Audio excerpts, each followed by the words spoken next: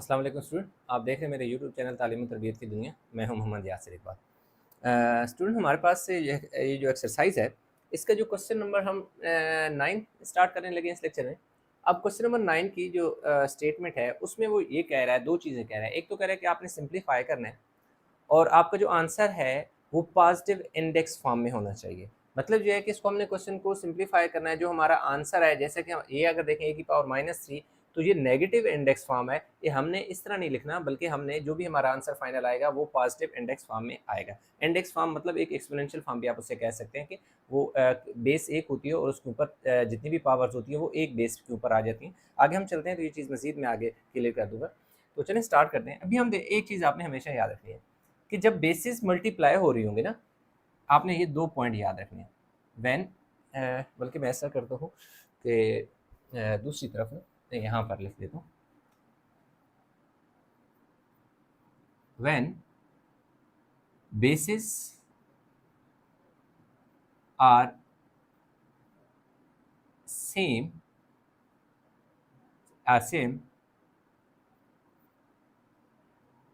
and are multiplying point number 1, multiplying their power या exponent भी हम उन्हें कहते हैं, will be added. Point number 2 में सारा यही दोबारा इसी तरह रहेगा, डिवीजन की जगह when bases are same and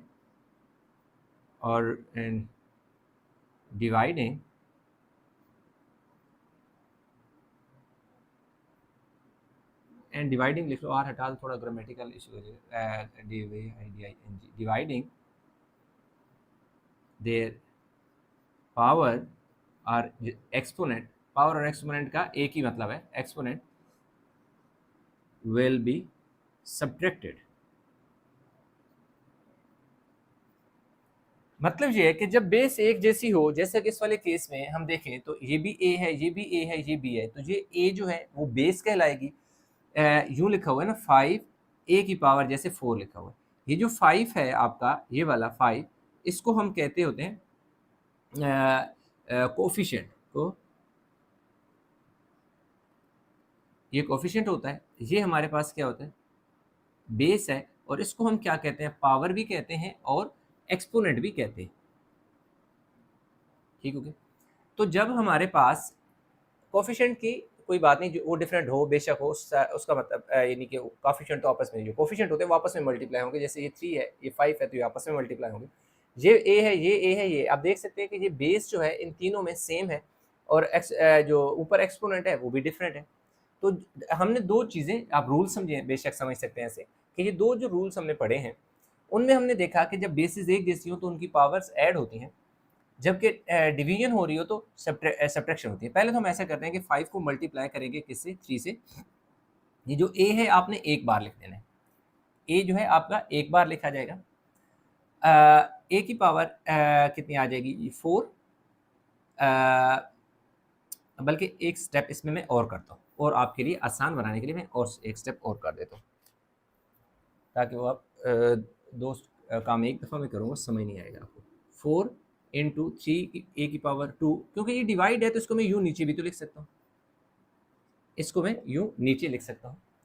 या अगर इसी तरह भी देखें तो भी आपका, मैं दोनों तरीके से आपको समझाता हूँ। अब ये देखें, 5 को 3 से मल्टीप्लाई करें, 5 मल्टीप्लाई बाय 3, ए की पावर क्या है, 4 है। ये जो ए की पावर है 2 है, जबकि क्योंकि ये डिवाइड हो रहा है इसलिए ये जो नीचे से ऊपर जाके पावर क्या हो जाएगी, माइनस हो जाएगी। मैंने इस तरह दो साइन करके लिखे। आप चाहें तो ये वाले स्टेप लिखने के बजाय इसके बाद डायरेक्ट ये स्टेप भी लिख सकते हैं।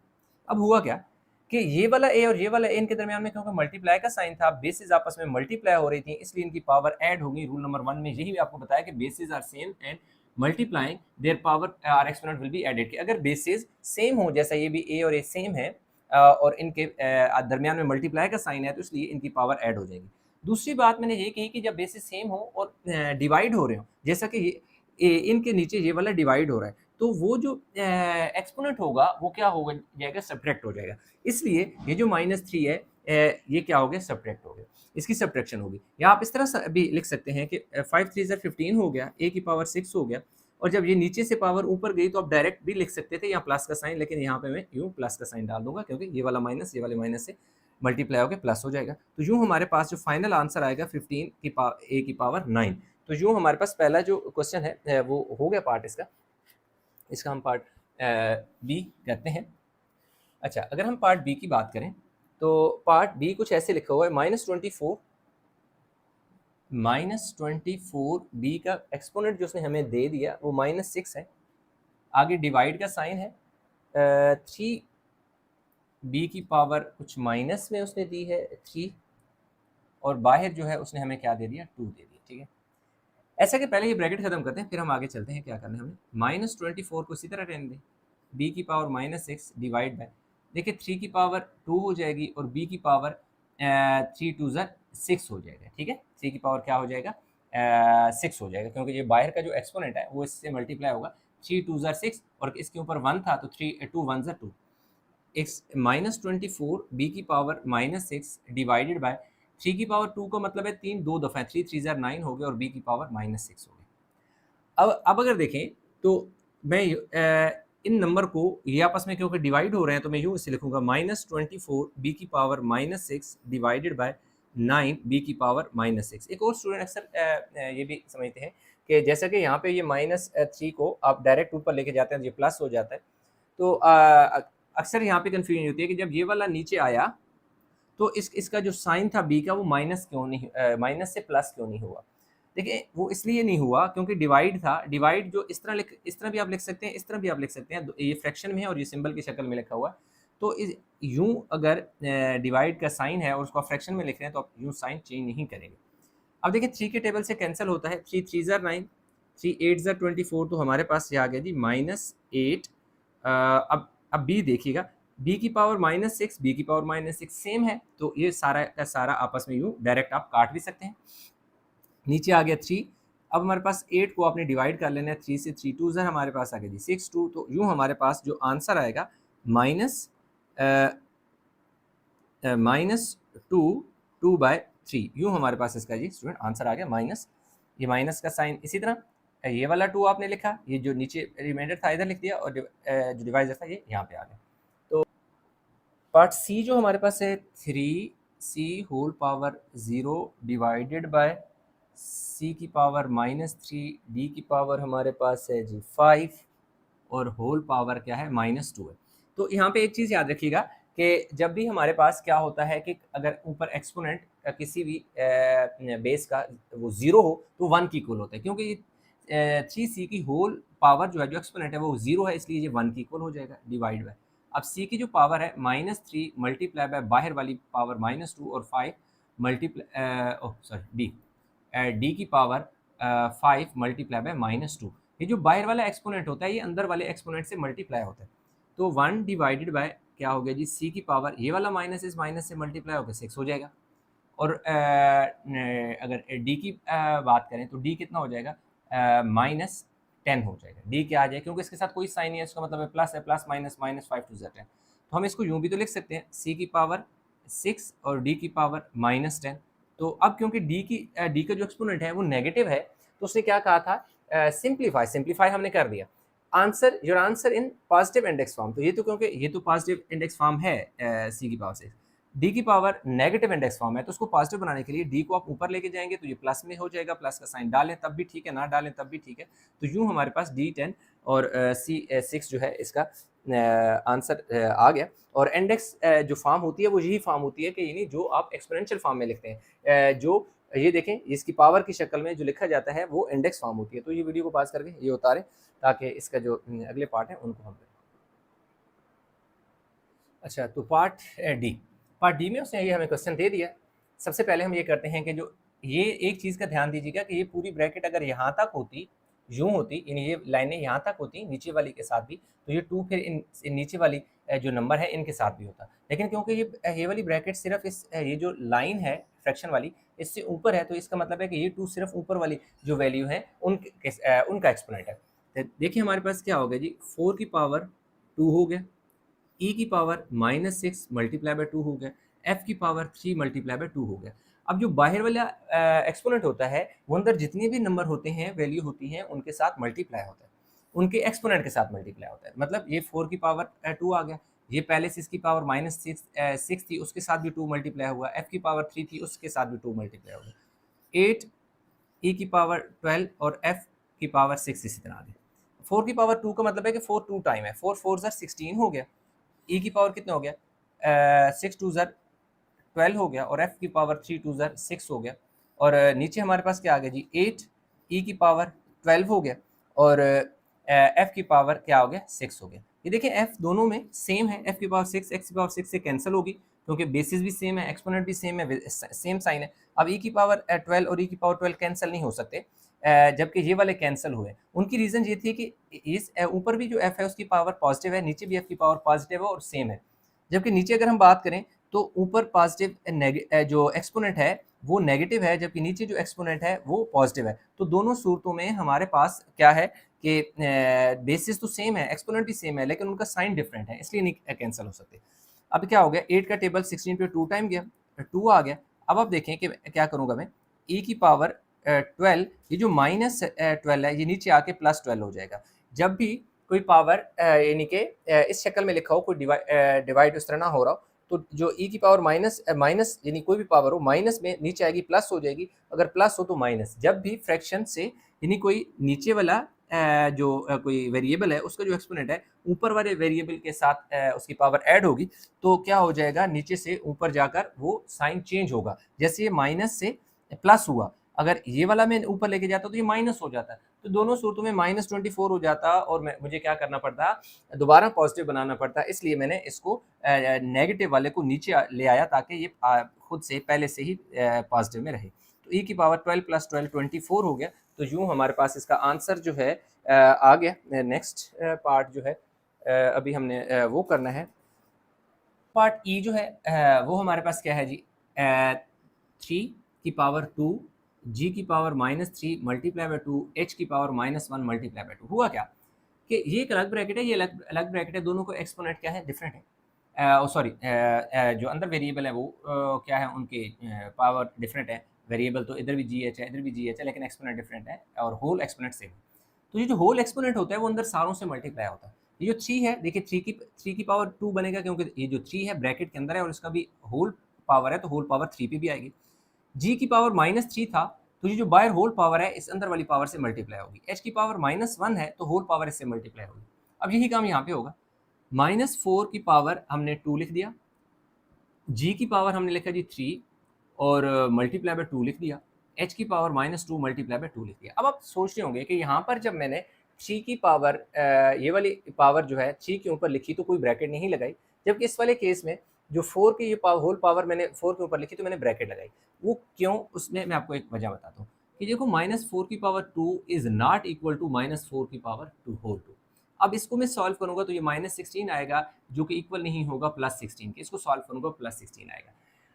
अब ये जो माइनस है, ये जो ऊपर पावर है ना, इसकी एक्सपोनेंट है, ये एक्सपोनेंट जो है वो माइनस के साथ उसका रिलेशन भी है। मतलब ये माइनस का भी स्केयर हमें लेना पड़ेगा, तो minus multiply by minus plus में चेंज होता है। जबकि इस वाले केस में ये जो स्केयर है सिर्फ 4 पे है, माइनस के साथ नहीं है, इसलिए माइनस चेंज नहीं होगा। तो क्योंकि यहाँ पर इस वाले में देखें तो ऊपर वाले स्टेप में ये जो 2 था ये होल का था, तो इसका मतलब है माइनस के ऊपर भी स्केयर है, इसलिए हमने इसको यहाँ पर रहने दिया ताकि हम इसको बाद में पॉजिटिव शक्ल में लिख लें। अब ये देखिए 3 इधर तो ऐसा नहीं था, क्योंकि पॉजिटिव था तो इसलिए यहाँ ब्रैकेट लगाने की ज़रूरत नहीं थी। 3 3 ज़ा 9 हो जाएगा, जी की पावर -6 हो जाएगा, एच की पावर -2 हो जाएगा, और यहाँ पे अगेन 16 हो जाएगा और साइन प्लस का हो जाएगा, और 2 जी की पावर 6 हो जाएगा और एच की पावर -4 हो जाएगा। अब आप देखें तो 2 वेरिएबल हैं आपके पास, एक जी है जो 2 बार है, एक एच है जो 2 बार है। तो जी का जो वेरिएबल सेम है, मतलब बेस सेम है, तो इनके एक्सपोनेंट 1 पे इकट्ठे होंगे और एच के एक्सपोनेंट 1 पे इकट्ठे होंगे। जबकि वेरिएबल जो है आपका ये क्या हो गया, 16 की गलती से लिख दिया था इसकी पावर, क्योंकि 2 तो इसकी पावर 2 खत्म की तभी तो ये 16 बना है ना। अब ये देखो 16 और 9 दोनों क्या है कि कोफिशिएंट है, ये आपस में मल्टीप्लाई हो जाएंगे और जी की पावर -6 प्लस 6 हो जाएगी और एच की पावर -2 और -4 हो जाएगी। अब यानी इसकी पावर जो है इधर आके इस पे इकट्ठी होगी, प्लस था प्लस हुआ। वैसे तो ये प्लस होती हैं, लेकिन क्योंकि ये नेगेटिव है तो ये नेगेटिव की वजह से यहाँ प्लस प्लस माइनस माइनस हो जाएगा, मतलब यू -4 प्लस -4 अगर आप लिखो ना तो -2 प्लस माइनस माइनस, अगले स्टेप में यही चेंज होना है, तो इसलिए इसको मैंने डायरेक्ट यूं लिख दिया, h की पावर -2 ये वाली और ये वाला -4, क्यों, ये दोनों बेसिस सेम है तो एक बार लिखा और एक्सपोनेंट को इकट्ठा कर लिया। इनको जब मल्टीप्लाई करें तो ये 144 आता है और g की पावर क्या हो जाएगी 0, कैसे, +6 -6 0 हो गया और h की पावर हमारे पास -6 हो गया। अब 144 मल्टीप्लाई बाय 1 और h की पावर क्या आ गया +6। अब h की पावर +6 क्यों हुआ, क्योंकि ये एक्सपोनेंट नेगेटिव था, जबकि उसने क्या क्या कहा था कि सिंप्लीफाई करने के बाद आपने अपना जो आंसर है उसको पॉजिटिव इंडेक्स फॉर्म में लिखना था। तो ये क्योंकि नेगेटिव इंडेक्स फॉर्म है, मतलब इंडेक्स फॉर्म का मतलब होता है कि एक्सपोनेंशियल फॉर्म, यानी जो पावर की शक्ल में लिखी हो, तो इसलिए इसको नेगेटिव्स को पॉजिटिव बनाने के लिए नीचे ले गए, जबकि जी की पावर 0 है। जब आपको बताया कि जब भी पावर 0 हो किसी भी बेस की तो वो क्या हो जाती है 1, तो इसका आंसर हमारे पास आ जाएगा जी 144, 1 ज़र 144 और जी की पावर 6 ना भी साइन डालो तो ये एग्जिस्ट करता है। तो जो हमारे पास ये जो पार्ट है इसका ई, वो भी हमने कर लिया। अभी पार्ट एफ की तरफ मूव करते हैं।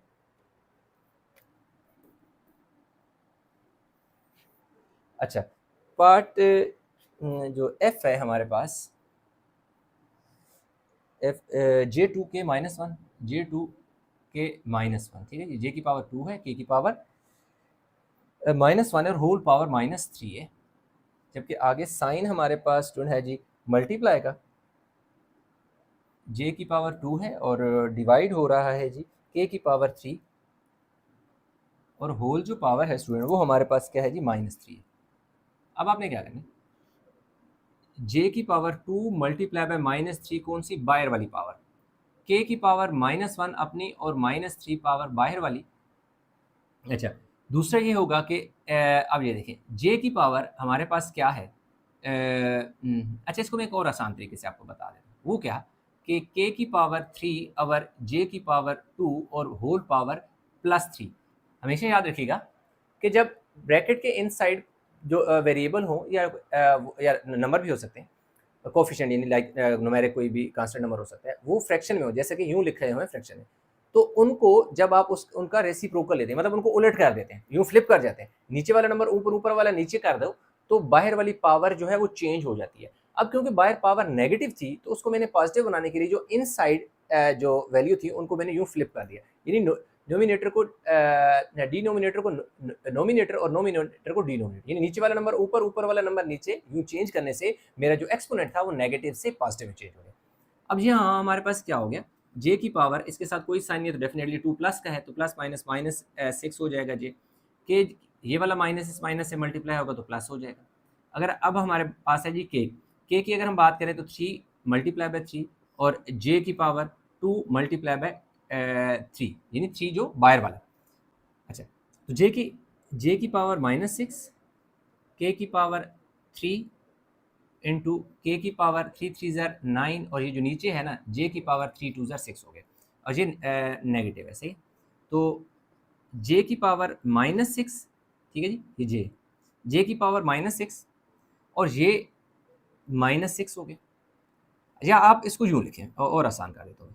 ये देखें ना, K की पावर आपके पास 3 है प्लस 9 और J की पावर 6 प्लस 6। अब क्या हुआ कि ये J की पावर क्योंकि नेगेटिव थी तो उसने क्या कहा था कि इंडेक्स फॉर्म आपकी पॉजिटिव होनी चाहिए, तो इसलिए ये जो पावर है इसको मैं जब नीचे इसके पास ले गया ताकि जो एक्सपोनेंट है, क्योंकि ये भी J है ये भी J है तो बेस सेम है तो एक पे इकट्ठे होने, इसलिए ये माइनस वाला इधर चला गया, जिससे क्या हुआ कि ये माइनस का साइन नीचे जाके प्लस में चेंज हो गया।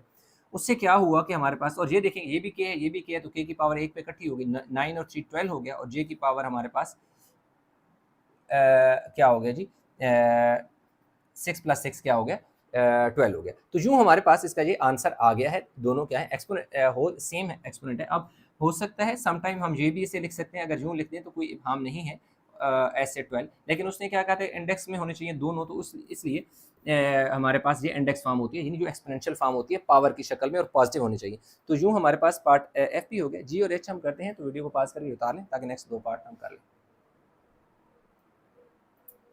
अच्छा, तो पार्ट जी और एच मैंने लिख दिया। अब पार्ट जी को सॉल्व करते हैं हम जी। पार्ट जी में हमारे पास है जी m की पावर 5 n की पावर 3 इसी तरह रहेगा, क्योंकि उनके ऊपर कोई होल पावर नहीं है तो इसलिए इनकी पावर चेंज नहीं होगी, मल्टीप्लाई बाय m की पावर 2 मल्टीप्लाई बाय -2 कौन सी पावर, जो बाहर वाली, तो बाहर वाली पावर अंदर वाली पावर से मल्टीप्लाई होगी।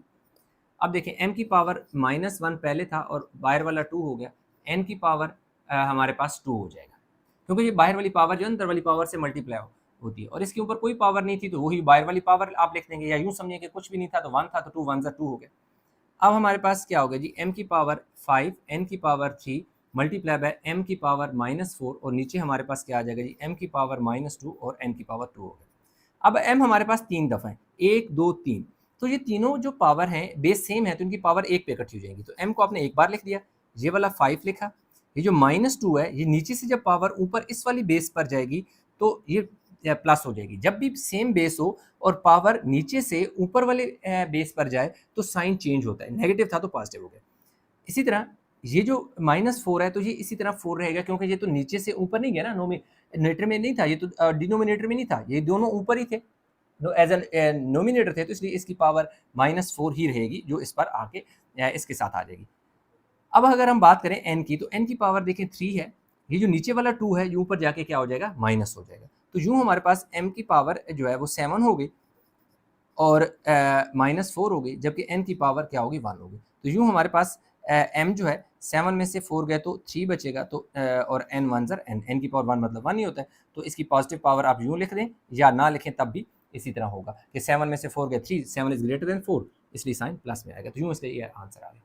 पार्ट एच, अब देखिए 5 की पावर 3 का मतलब है कि 5 जो है वो 3 दफ़ा है और p की पावर भी 3 है, माइनस ये 10 है ये 7 है, तो इन दोनों जो नंबर है इन्हें मल्टीप्लाई कर लो, क्योंकि ये दोनों क्या है, कोफिशिएंट है, स्टार्ट वाले नंबर है, तो आपस में मल्टीप्लाई होंगे। p की पावर 1 है और ये पावर क्या है, 2 है, तो इसमें ये भी p है ये भी p है, तो p को आपने एक बार लिखा, यानी बेस को एक बार लिखा, इन दोनों को एक्सपोनेंट को ऐड कर दिया, आगे प्लस है 6 और p की पावर जो -3 आपने ऐसे लिख दिया। अब देखें हाँ, हमारे पास क्या हुआ कि ये जो कितना हो जाएगा, 125 हो जाएगा, ये 125 हो जाएगी, ये 5 की पावर 3 125 होता है। p की पावर 3 10 7 ज़र हमारे पास स्टूडेंट हो जाएगा जी 70, ये साइन माइनस है प्लस है, 70 हो जाएगा, और p की पावर हमारे पास कितनी हो जाएगी, 3 हो जाएगा, 1 + 2 3। अच्छा, इसको देखिए मैं यूँ लिखूंगा, अगर मैं यूँ लिख दूँ 6 मल्टीप्लाई बाय 1 ओवर p की पावर -3, तो मैं ऐसे तो लिख सकता हूँ, क्योंकि 6 1 ज़र 6 दोबारा यही चीज़ बन जाएगी। अब मैंने ये क्यों लिखा, अगले स्टेप में आपको समझ आ जाएगी। अब हमारे पास ये कितना हो गया कि ये देखें, ये 125 p की पावर 3 और 70 p की पावर 3, इसका मतलब है ये दोनों लाइक टर्म्स हैं, इसलिए कि इनके साथ वेरिएबल सेम है, ये भी p है ये भी p है, और एक्सपोनेंट भी इनका सेम है, इसकी पावर 3 और इसकी पावर 3 है, और मज़े की बात कि ये भी पॉजिटिव है और ये भी पॉजिटिव है, तो ऐसी सूरत में जब आपका वेरिएबल सेम हो, उसका एक्सपोनेंट भी सेम हो, तो वो दो टर्म आपस में ऐड भी हो सकते हैं, सब्ट्रैक्ट भी हो सकते हैं, तो यहाँ पर इनकी होगी क्या, सब्ट्रैक्शन, क्योंकि एक के साथ प्लस है एक के साथ माइनस है, तो ये बचेगा जी 55 p की पावर 3 आ गया, कैसे, 125 में से 70 निकाल दो तो 55 बचते हैं, और बेस यानी कि जो इनके साथ वेरिएबल है वो सेम रहेगा, प्लस ये 6 इसी तरह आ गए। अब ये जो p की पावर 3 है ना स्टूडेंट, 1/3 p की पावर -3, ये जब ऊपर जाएगा इसका रेसिप्रोकल लेंगे तो ये p की पावर +3 से -3 में चेंज हो जाएगा। यही वजह है कि बाद में एलसीएम लेके एक लंबा प्रोसीजर करने से इसको मैंने यूं लिख दिया और बाद में इसी का रेसिप्रोकल लिया, तो ये नेगेटिव से पॉजिटिव में होगा, क्योंकि ये नीचे -p की पावर 3 जब ऊपर जाएगा तो p की पावर क्या हो जाएगा, +3 हो जाएगा। अब आप देख सकते हैं कि अगेन ये दोनों टर्म सेम हो गई हैं, इधर सेम नहीं थी क्योंकि ये नेगेटिव पावर थी, इसको हमने पॉजिटिव बना लिया, तो ये भी p की पावर 3 ये भी p की पावर 3, दोनों सेम टर्म्स हैं तो ऐड हो जाएंगी। 55 में 6 ऐड करेंगे तो कितना हो जाएगा, 61, और p की पावर देखो 3 ही रहेगा। अब आप हो सकता है कुछ स्टूडेंट के ज़हन में ये चीज़ होती है कि देखें यहाँ पर p की पावर 3, अक्सर स्टूडेंट क्या मिस्टेक करते हैं, लिखते हैं तो 61 p की पावर 3 + 3, तो 61 p की पावर 6 लिख देते हैं, यानी इनकी पावर को भी ऐड कर देते हैं। भाई पावर यहाँ ऐड नहीं हो सकती, क्यों, क्योंकि पावर उस सूरत में ऐड होगी अगर ये दोनों मल्टीप्लाई हो रहे होते, 55 p की पावर 3 और 6 p की पावर 3 मल्टीप्लाई हो रहे थे, तब ये 3 + 3 6 होता, और फिर वो 55 और 6 61 नहीं होते, वो कोई 300 से अबव कोई वैल्यू आ जाती, क्योंकि फिर ये वाले नंबर भी मल्टीप्लाई होते हैं, तो ये क्योंकि आपस में ऐड हुए तो उनकी पावर p की पावर 3 जो है वो सेम रहेगी, वो कोई ऐड उसमें इनके एक्सपोनेंट ऐड नहीं होंगे। तो यूँ हमारे पास पार्ट जो इसका लास्ट था स्टूडेंट, इसको पार्ट n नहीं है, ये h है, वो कंप्लीट हो गया। उम्मीद करता हूँ क्वेश्चन समझ आए होंगे।